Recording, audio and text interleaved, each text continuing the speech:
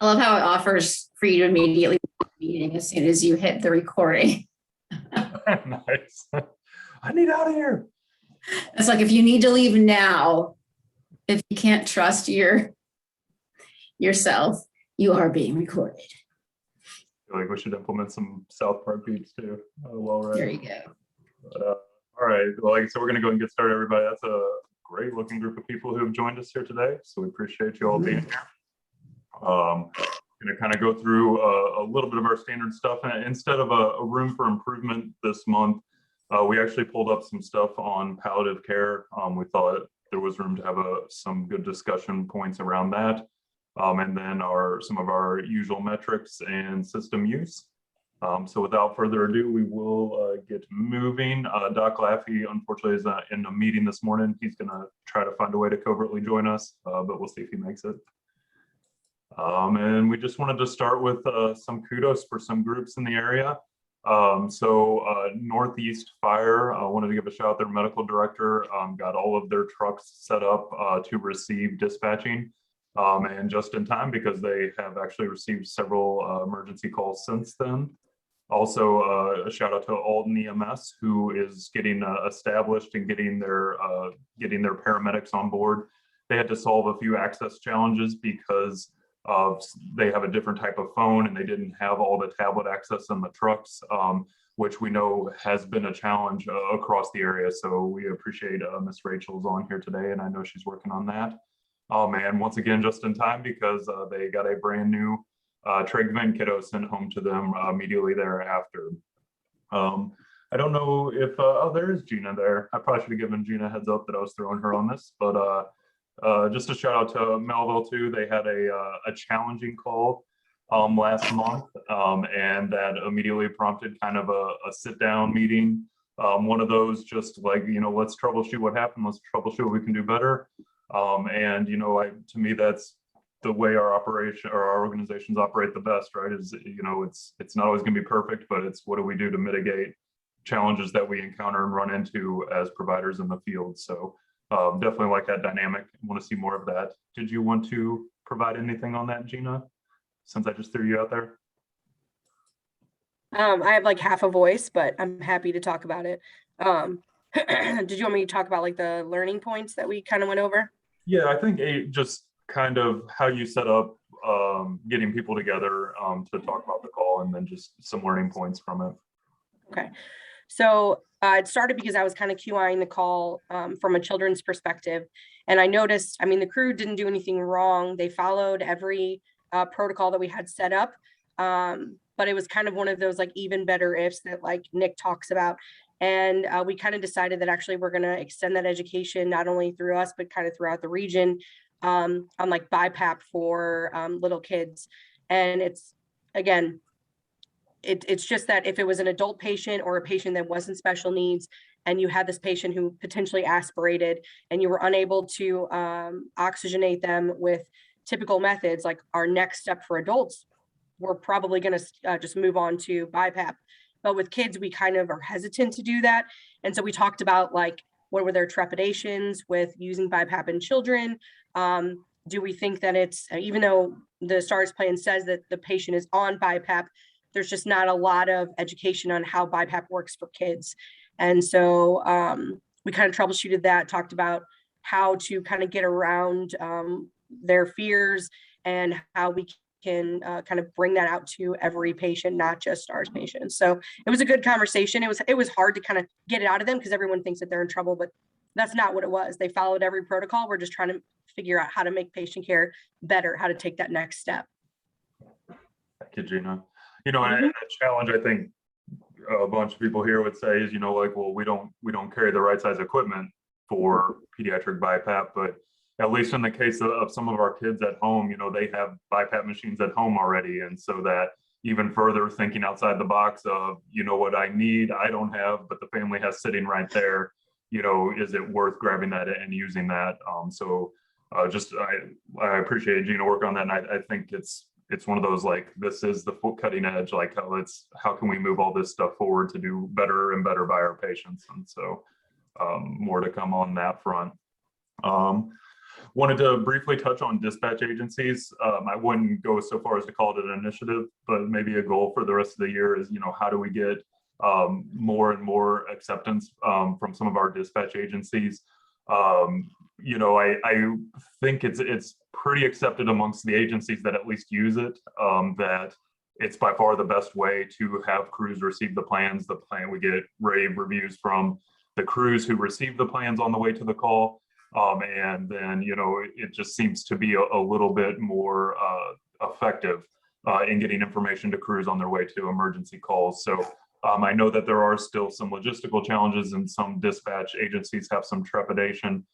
So I just wanted to put this up to say, we have had success in some of these areas. I put an asterisk next to St. Louis Fire Department because we just talked to them 2 weeks ago. So they're still implementing and have not dispatched a plan yet. But this is kind of as we really build out the network of, okay, all of these areas, if any family picks up a phone and calls 911, they will be able to achieve this service or hit this service. And I know that's more of a challenge the further out we get, but I just wanted to say that, we want to help you do this. I am more than willing to always go talk to a dispatch agency on your behalf, but I do think that at the end of the day, it does still has to have some support from your organization. Like I can only talk to so many dispatch managers, but if there's not support from the organization that's also going to be using it, they always kind of don't have that incentive there. So I certainly, if we need data to support you talking to your people, or if there's a conversation I can be in, but I just wanted to throw that out there to say, we are here to help, and we do think it makes it safer for the kids, and I'm willing to dedicate however many hours I need to in meetings to make that happen for you. Just a brief note on the legal side of the house. We did make some slight updates to the EMS contract again in early September. For those of you who are already on an active contract, it was not a significant enough change, I think, to warrant redoing your contract. Just know that as we hit our 3-year rolling basis, we will be updating those with your agency. If any groups are on here who had any hesitations, or of another organization that had hesitations about the contract, just that note that we do continue to change this, and we're trying to work with organizations across the region. So please don't, if you have hesitancies, at least reach out to us and give us a chance to address those for your organization. As part of our change this year for legal, we are using DocuSign. So I didn't want anybody to be surprised. Like if you say, hey, contract time, we're ready to do this, and all of a sudden you get 2 emails from DocuSign. First of all, you do not have to sign up for their program at the end of all that process. You just hit close and it's gone. So ignore their marketing and advertising on that front. But it does actually make it a whole lot easier to get these contracts accomplished. Once everybody is signed, everybody gets a signed copy emailed to them. Just really simplifies a lot of that administrative work for all of us on both sides. So, all right. As I mentioned, instead of kind of room for improvement today, we're going to touch on some palliative care issues that have come up. And some of this was just, as always in STARS, like we kind of tend to get into some trends or some streaks on things. And unfortunately, over the last month, we've had a number of kids going home with palliative care in place. And I think what really illustrated something that we wanted to talk about is that I can say, at least for the last two out of the last 3 we've written, there was no DNR in place. There were no advanced directives in place, just palliative care. And so we thought there was room for some good conversation about that. And I hope everybody is more knowledgeable than me, but I will confess that when I was in the field, I didn't fully understand all of these different words and issues. I threw them around like I did, and I wrote them in my trip sheet like I did, but I didn't actually always understand the dynamics in play that go on with this. So palliative care is just a description of that care that we are going to do for somebody who's dealing with complex, serious medical issues, typically at the end of life. Not always. Sometimes you can have palliative care for dialysis patients or for other patients going through significant and serious things, but usually it's in the context of an end-of-life situation, and that's why sometimes there's a DNR in place. And then hospice just describes that branch of healthcare that provides the palliative care to our patients. All right. And so we had looked up, I know there's been some national interest in establishing just good set protocols for all of us to follow. And if your organizations already have protocols to deal with this, by all means, carry on with what you're doing. But I know that a lot of places I look or worked at certainly didn't always have this delineated. And even if they did it, pediatrics was like this whole separate thing. And so we just wanted to bring up an example of that protocol, somewhat to talk about this, and then also just to talk about where we think this might fall a little bit short. So did you have anything you wanted to touch on this, Trish, before I kind of talk through a little bit? Yeah, just a little bit. I mean, when you talk about the two, like Nick mentioned, we just kind of happens sometimes when we get a rash of them at the same time. We got 3 oncology patients right on top of each other, one of which only had a PULST, the physician order for life-sustaining treatment, which is what you'll more commonly see with the pediatric population, especially over in Illinois and hopefully soon here in Missouri as well. But for the others, and which is oftentimes the case in the pediatric world, they know that that's something that they will be signing. But it's a step that parents have a hard time taking. I know what I'm talking about. You're like, well, that doesn't help me at all if they don't have that signed piece of paper. And that's absolutely correct. And that is something that our palliative team does discuss with parents, is that, they understand they're not comfortable signing for a do not intubation or, a full do not resuscitate. But they do let them know that in that case, that the pre-hospital world is going to be obligated to take action and work a full code in those cases. But yeah, I think what I at least wanted to drive home the most is with these patients, there's been, and like Nick mentioned, we just didn't really talk about peds, and it's something that we didn't really include in our protocols in the past. And it was confusing enough in the adult world. But how I like to look at it with palliative and pediatrics especially is that the last thing that we want to do to these families during the end of life phase is take community resources from them. There are a lot of palliative pediatric teams across the country that we've gotten to speak with at different conferences that kind of have it in their heads that EMS is something to be avoided during this time as well. But that doesn't really seem fair, especially when we're talking about, any age, but the last 3 we had were older kids, 2 of them being teenagers, full size. And they still do seek treatment during even the actual end of life, more hospice type phase, especially for, infections that can't be treated at home. Occasionally pain becomes out of control and they need to do things like, drain fluids, off of sites in the hospital. There's some things they do need to come into the hospital for, which doesn't mean that they get kicked off of hospice. That's kind of an old, something that we used to believe or tell patients even, unfortunately, is if we take you to the hospital, you can no longer be on hospice. And that's not true. So there's lots of reasons why they would need transport. And gosh, one of those being the fact that sometimes the pain levels are so high with these kids towards end of life that they can't even ride in a car comfortably and may need the comfort of and positioning that a stretcher provides to get them there. It becomes challenging for everyone. But pain management, again, is very important. The one thing I will say I don't think is fantastic about the new protocol is, in my opinion, I think that the doses are very low, considering what the kids, at least in my experience, are typically on at home for pain control. Most of our kids are already on like a fentanyl PCA. So I don't know that 1 to 5 of morphine is going to help a lot. But, we can always call medical control or have orders for that as well. But they do still seek treatment for several different situations during this end of life time and may need to utilize EMS for that. Each situation is very different. I thought there was something else I wanted to mention there, but I probably rambled on enough. Nick, if you want to, you can add whatever you wanted to add on this slide, then I can chime in if I have something else comes to mind. So, I mean, I would just say that I know that this is a lot upfront for a bunch of situations that tend to be pretty unique. And more often that's we do try to communicate whenever you have a kid going home in this kind of situation with the local provider.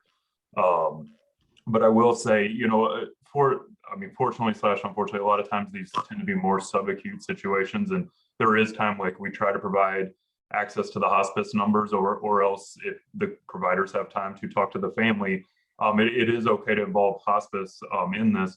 I will say, especially for my rural services, you all know what that sometimes entails. That entails a phone call to somebody who's an hour and a half away. They're on their way or they're leaving another patient's house. So sometimes that does factor in, but we want to involve the family and the hospice company, you know, if at all possible, in that what's best for that patient. Possibly using the patient's medications there as well, especially if we're going to leave them there. And so just kind of assisting the family through that process. If we do transport, obviously just still doing all the basics. I mean, fluid resus, handling nausea with our antiemetics, and so on and so forth. And this is a terrifying thing. This is a terrifying thing in our adults, where we sort of understand it coming at, you know, the age of 90 or 100 or 110 or whatever we're dealing with.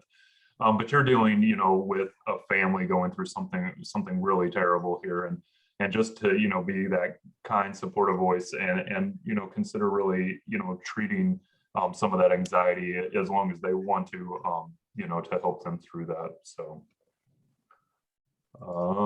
cool. I know that is as always a bit of a heavy topic. Were there any questions or concerns from the group on that? It stinks too, just like what, you know, physiology wise, I feel like with peds, their systems are so much younger. And I feel like the end of life period can be rougher than tend to linger longer. Not to be, I don't want to be, you know, sound harsh in any of this, but they do have all of their other systems that aren't affected are strong, young, and healthy.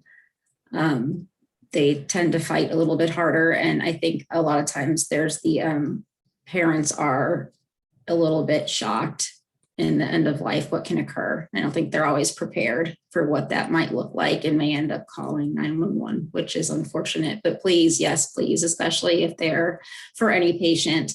But that's why we try to add the hospice numbers on there and encourage you all to call the hospice team, because they will help too if parents are in panic mode and oftentimes show up. So please take advantage of calling them while you're on scene if they're not there, haven't already been called. All right, we're gonna flip over and do some of our numbers here. So 18 transports that we knew of for the month of August. Pretty good spread. We did have some transfers, both helicopter and ground, that made it back up to us from further away. And then we had one non-transport that we knew of. So a little bit uncertain on this one, but it sounds like EMS helped the kid get to Grandma for transport. And then ultimately, it seems like grandmother probably actually didn't take the kid anywhere. So whether they actually just talked to parents and thought that condition was, or that situation was under control, or I'm not exactly certain what happened there. But we did have the one non-transport, and I think we kind of addressed higher risk refusals in our last month's meeting as well. So please feel free to go check that video if you are interested in that. Dispatches by month, I think we're going to go ahead and just say February must have been an embarrassing, and we'll go dig through and knock some of that data out. But we can kind of see we're kind of humming along there at the same amount. And then these were by agency. And so, like I said, we got Northeastern just in time to catch a couple calls. And then the emergency activations, as we see people access the plans, once again, kind of holding steady there at 65 for the month. Status by star, we actually only had a net gain of 2, but there was actually some pretty significant churn. I want to say we graduated something like 11. And we had 4 kids who were deceased, unfortunately. But we did also see some pretty significant adds. I can say from the backside that I can check on children's numbers, and they have a lot of draft plans on their way to use. So I think we'll see some pretty significant growth here throughout the fall.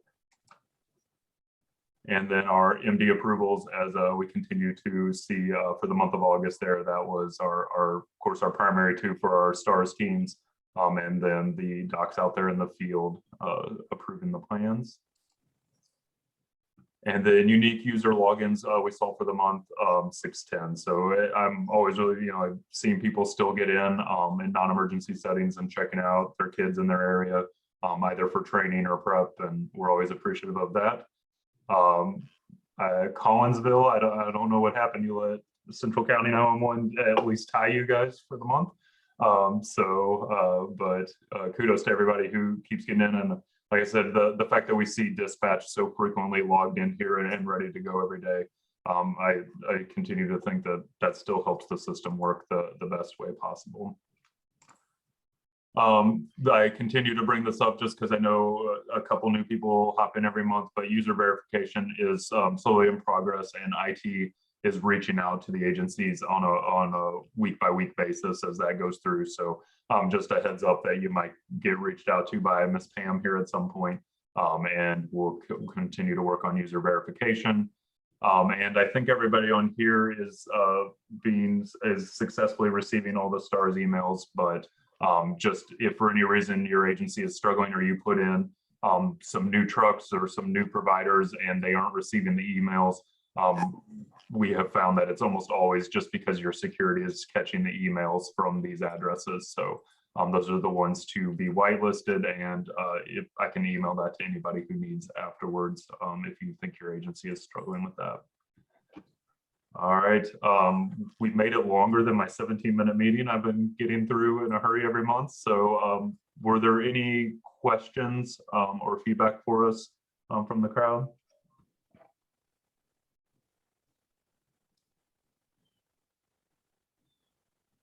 Hey, Nick, this is just kind of a trivial question, but when you showed that chart with the emergency activations, what constitutes an emergency activation?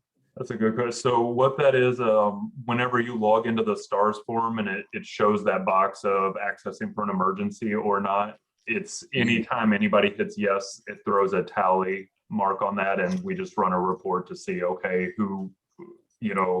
where were people logging in for an emergency. So the goal for that is anytime a dispatch gets sent through the system, we know that it happened, like we all get a notification. But what we don't always know is say one of your providers is on an emergency call and the plan didn't get dispatched to them, but they arrive and family's like, we have star 911. And you're like, oh, okay. And they log in. That just sort of tells us that an emergency occurred there. Just another way we're trying to track where the system's being used for calls or not. Okay. I feel like we still need to close the loop on implementation with us. I thought that everything was rolling. But, Okay. I'll work on that a little bit in the next few days. I was gonna say, yeah, I have some time after this meeting if you just want to hang on and we can pop over, or else I can meet with you anytime. Well, it's really Jordan, I think, that's been lining out the implementation from the dispatch side. So I just need to see where he's at with it. Okay, cool. And Yeah, I'll just get let me back to know. you. Yep. Be happy to meet with you guys. Was there anything from anybody else? I did have one thing for Tricia, I believe for Tricia. So we have 8 community paramedics, and one of the things that we are starting to do is train. We're starting a kind of a campaign to start training our field staff more in how to solve the social problems, meet the needs of our patients. We're starting to look more at, what we believe are the upcoming, payer models to where we can actually start getting paid for these kind of house visit type stuff.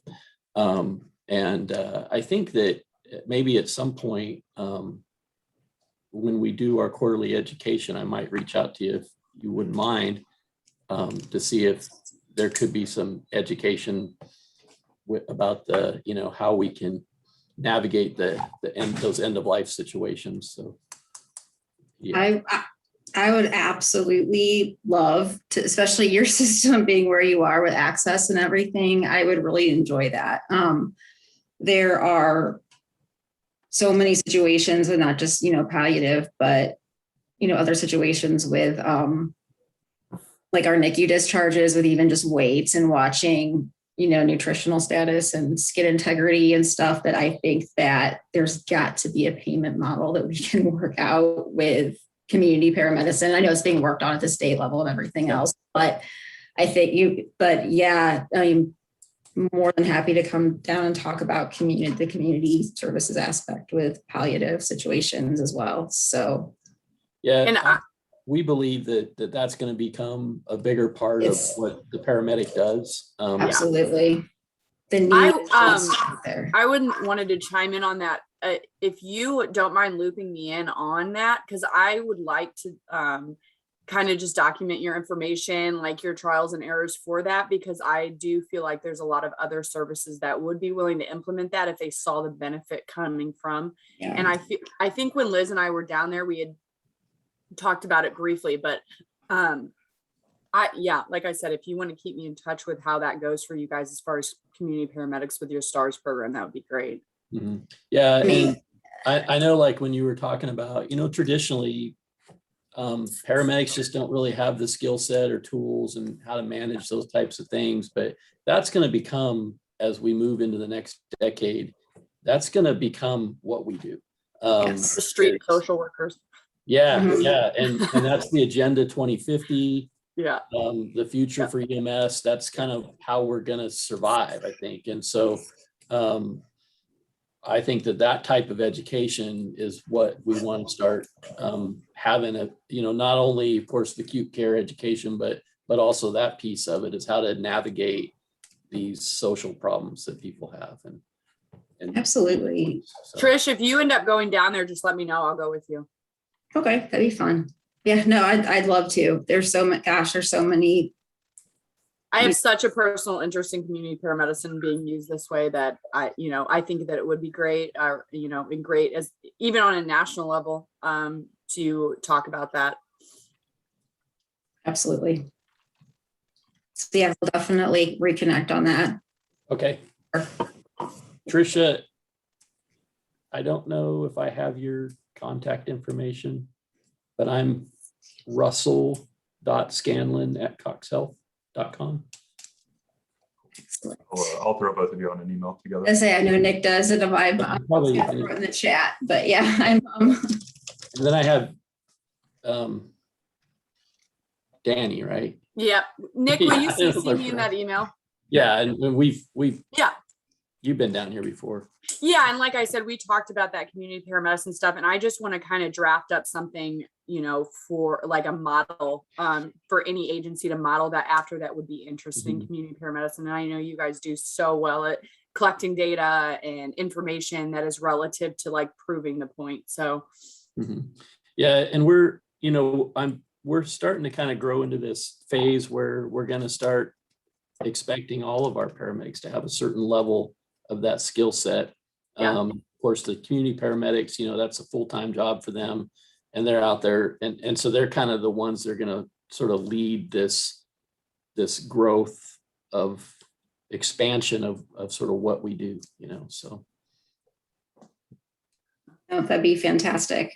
Yeah. I'm excited. Right. Takes a lot to get me excited. I'm excited. me too. Yeah, good. No, you guys always are great. So anytime I can get you down here is Yeah. Trish, seriously, I have no plans. So whenever you go down there, I'll go with you. Cool. Noted. All right. Looking forward to it. Was there anybody else with any other comments, questions, anything we can help with?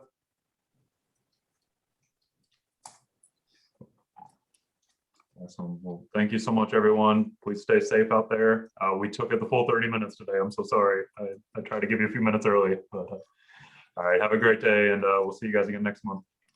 Thanks, Nick. All right. You guys all stay safe out there, please. Stay sane too. All right. Thanks, Trish. Bye.